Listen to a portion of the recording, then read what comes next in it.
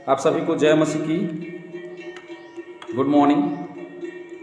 एक बार फिर से हम परमेश्वर के वचन में हम शामिल हुए हैं और एक बार फिर से हम क्लास में जाते हैं। उत्पत्ति की किताब और उसका 4था अध्याय, उसका 13 और 14 पद से आगे हम देखना शुरू करेंगे। तब कैन ने यहोवा से कहा, मेरा दंड सहने से बाहर है।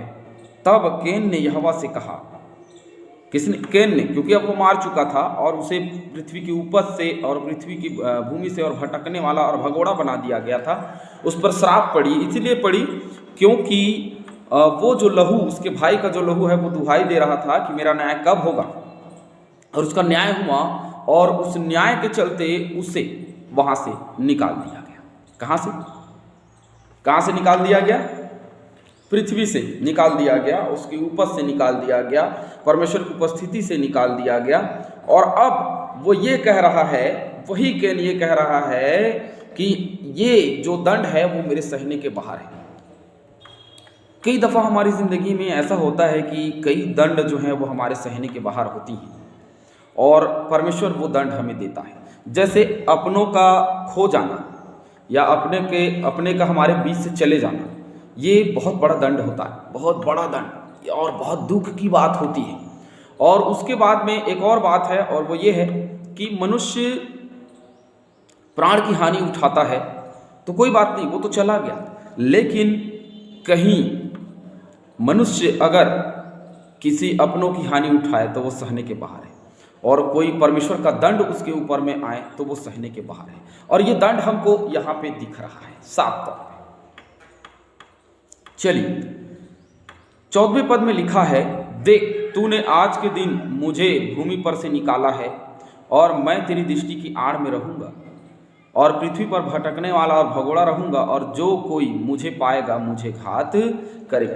अब जो कोई पाएगा मुझे घात करेगा, ये बात कैन बोल रहा है।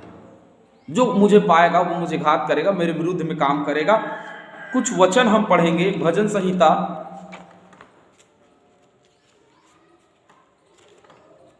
कैन ने गलती की और गलती की सजा मिली। उसे परमेश्वर की उपस्थिति से निकाला गया और निकाल करके उसको अलग कर दिया गया। भजन 51 उसका 11, मुझे अपने सामने से निकाल ना दे और अपने पवित्र आत्मा को मुझसे अलग ना कर। क्योंकि कैन को उससे अलग कर दिया गया, उसको निकाल दिया गया। और कुछ वचन हैं जिसको हम पढ़ेंगे। भजन का ही 139,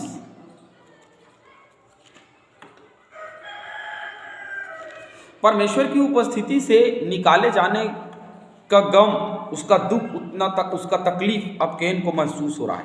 उसने जो गलती किया वो तो ठीक है, उसने बहुत बड़ी गलती की, लेकिन अब उसका दर्द, उसका तकलीफ हमको देखने को मिल रहा है। 139 का 7, मैं तेरे आत्मा से भाग कर किधर जाऊं, यहाँ तेरे सामने से किधर भागूं। यदि मैं आकाश में चढ़ूं तो तू वहाँ है, कहीं भी जाऊं तो तू वहाँ है। मैं तेरी आत्मा से भाग करके कहीं नहीं जा सकता, उसके दंड से भाग करके कोई कहीं नहीं जा सकता। और वो कैन को अब पता चल रहा है। यिर्मयाह 7 अध्याय उसका 15 पद, जैसा मैंने तुम्हारे सब भाइयों को अर्थात सारे अप्रेमियों को अपने सामने से दूर कर दिया, वैसा तुमको भी मैं दूर कर दूंगा। ये परमेश्वर का वाचा है, ये परमेश्वर का दंड है कि वो अपने नजरों से दूर कर देगा। किसे? जैसे उसने अप्रेमियों को दूर कर दिया, वैसे ही मैं तुमको भी क्या कर दूंगा? दूर कर दूंगा, अगर गलत किया तब। और आगे हम पढ़ेंगे, बहुत सारा वचन है, हम देखेंगे तो बड़ा ही अच्छा वचन है और बड़ी गंभीर विषय हैं।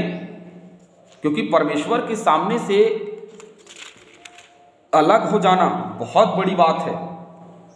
परमेश्वर किसी को त्याग दे, किसी को छोड़ दे, उससे दुखद बात और कुछ भी नहीं है।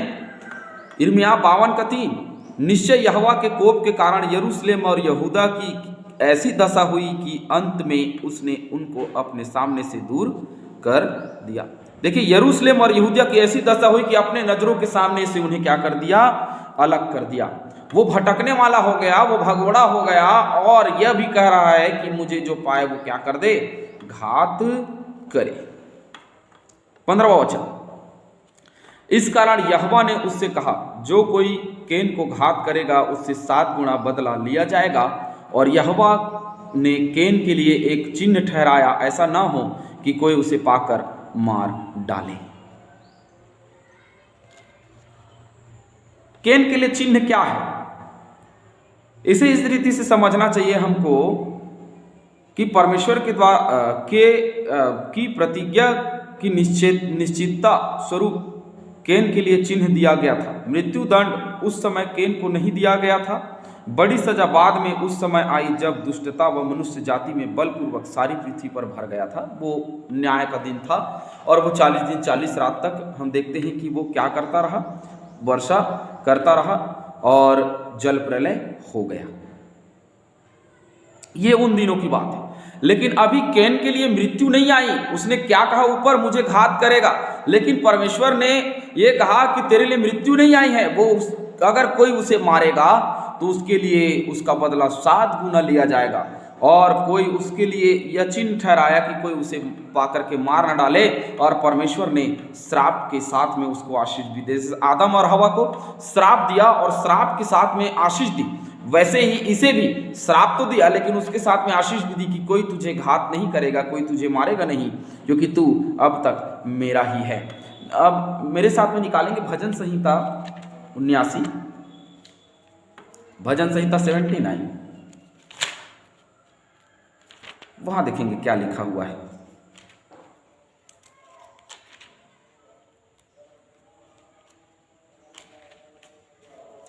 उसका भजन 79 का 12 पद, हे प्रभु हमारे पड़ोसियों ने जो तेरी निंदा की है उसका 7 गुना बदला उनको दे। तो परमेश्वर 7 गुना बदला देता है किसी भी तरीके से। एक और वचन इसी में हमको देखने को मिलता है,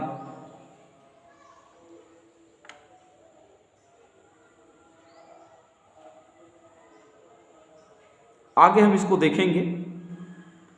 हाँ 25, आदम अपनी पत्नी के पास फिर गया और उसने एक पुत्र को जन्म दिया और उसका नाम यह कह के सेत रखा, परमेश्वर ने मेरे लिए हाबिल के बदले जिसको कैन ने घात किया एक और वंश ठहरा दिया है।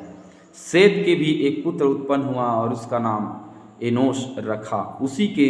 उसी समय से लोग यहोवा से प्रार्थना करने लगे। ये हम देख रहे हैं 2 पदों को। तो जो मार दिया गया था उसके बदले में फिर से दिया गया, लेकिन 24वें पद में लिखा है जब कैन का बदला 7 गुना लिया जाएगा तो लेमेक का 70 गुना लिया जाएगा। तो ऐसा नहीं कि केवल 7 गुना दंड देता है परमेश्वर, उससे ज्यादा भी हो सकता है। हालेलुया, यहाँ 70 गुना की बात हो रही है, तो ज्यादा भी हो सकता है। लेकिन कैन से बदला, कैन को अगर कोई घात करेगा तो उसको 7 गुना बदला देना पड़ेगा, उसको 7 गुना तकलीफ सहना पड़ेगा। ये बात हम देख रहे हैं। निर्गमन 21 का 20 निकालेंगे।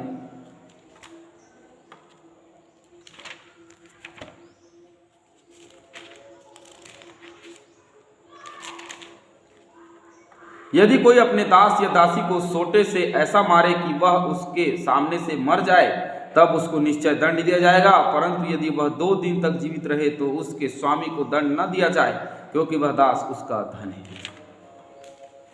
दंड देना परमेश्वर का विधान था व्यवस्था में, और वो दंड होना था। और आज भी दंड का विधान है। परमेश्वर आज भी ताड़ना के रूप में दंड देता है। और ये सीखने वाली बात यही है इसमें कि जब कैन ने गलती की और उसको दंड दिया गया, तो हम भी जब गलती करेंगे तो हमारे दंड मिलना ही मिलना है। हम अगर आप परमेश्वर के आज्ञा का उल्लंघन करते हैं तो हमें दंड मिलना ही मिलना है। अगर हम परमेश्वर के विरुद्ध में जाते हैं तो उसका दंड हमको मिलना ही मिलना है। 16वें पद में, तब कैन यहोवा के सन्मुख से निकल गया और नोद नामक देश में जो अदन के पूर्व की ओर है रहने लगा। अब वहां से निकल गया वो और वहां जाकर के बस गया। जो कहाँ था? अदन के बारी के पूर्व में था। अब वहां से निकल करके, क्योंकि परमेश्वर ने उसे उपजाऊ भूमि में से निकाल दिया और वो अब बेकार सी भूमि में चला गया, और जहां उपज नहीं होने वाली है अब वो भटकने वाला हो गया, क्योंकि परमेश्वर ने उसको त्याग दिया और भगोड़ा हो गया। लेकिन उसको यह आशीष दी गई कि उसे कोई मार ना डाले। है ना, कोई मार ना सके, ये आशीष उसको दी गई और वो नोद नामक देश में जाकर के बस गया। और उसके बाद में, बसने के बाद में, तब कैन अपनी पत्नी के पास गया, तब वह गर्भवती हुई और उसने हनोक को जन्म दिया। फिर कैन ने एक नगर बसाया और उस नगर का नाम अपने पुत्र के नाम पर हनोक रखा। भजन 55:9, भजन 55 का 9। हम लोग बहुत तेजी से पढ़ेंगे। 55 का 9। हे प्रभु, उनका सत्यानाश कर और उनकी भाषा में गड़बड़ी डाल दे, क्योंकि मैंने नगर में उपद्रव और झगड़ा देखा है। इन नगर की बात हो रही है कि परमेश्वर ने उसको आशीष दी थी। अब सवाल यह उठता है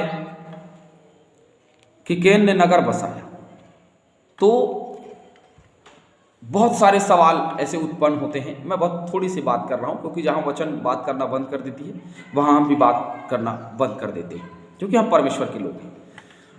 बहुत सारी बातें लिखी नहीं गई हैं, ये तो बात तय है। और क्यों लिखी नहीं गई है, यहाँ पे हमको साफ दिखती है। जब कैन हाबिल को मार दिया, तो एक बात आप मुझे एक बात समझ में आई, वो ये है कि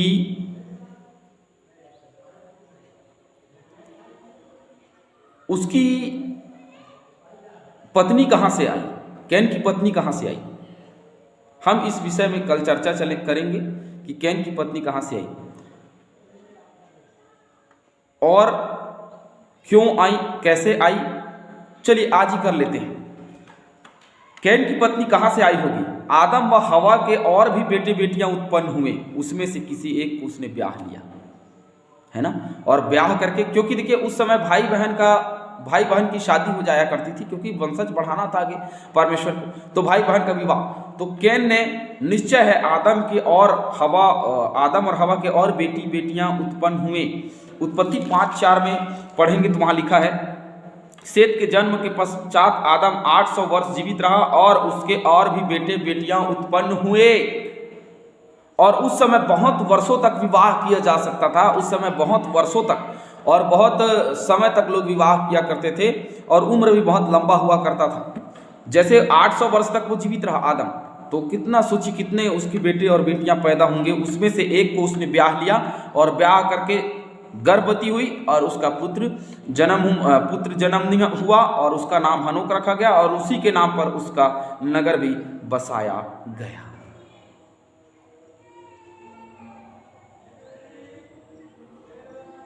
भजन 49 देखेंगे, 49 के 7। उनमें से कोई अपने भाई को किसी भांति छुड़ा नहीं सकता और ना परमेश्वर को उसके बदले प्रायश्चित में कुछ दे सकता है। कुछ परमेश्वर को हम उसके प्रायश्चित के बदले नहीं दे सकते, हमको दंड मिलना है, लेकिन सिर्फ परमेश्वर देने वाला है। और उसने कैन को दिया, एक पुत्र दिया, एक परिवार दिया, एक नगर दिया। परमेश्वर दंड देता है, दंड के साथ में वो हमें आशीष भी देता है। इस बात को आप रखिए, आशीष भी देता है, तो मन फिराने की आवश्यकता है, क्योंकि कैन ने बड़ा दुख जाहिर किया, बड़ा प्रायश्चित किया कि परमेश्वर ये मेरे सहने के बाहर है, तू मुझे जो मुझे पाए वो घात कर दे, लेकिन मैं मैं इस दंड को पा करके बहुत ही दुखी हूँ और बहुत ही घाती हूँ। मैं इस दंड को पा करके यह कहता हूँ कि कोई भी मुझे पाए तो मुझे घात कर दे, कोई मुझे ना छोड़े। लेकिन परमेश्वर ने कहा कोई इसे ना मारेगा तो 7 गुना दंड होगा। और हम देखते हैं कि बाद में उसने पूर्व में नोद नामक एक जगह में वह रहने लगा और उसने एक नगर बसाया जिसका नाम हनोक रखा गया, क्योंकि उसका पुत्र हनोक उत्पन्न हुआ। आप सभी को जय मसीह की, परमेश्वर आशीष दे।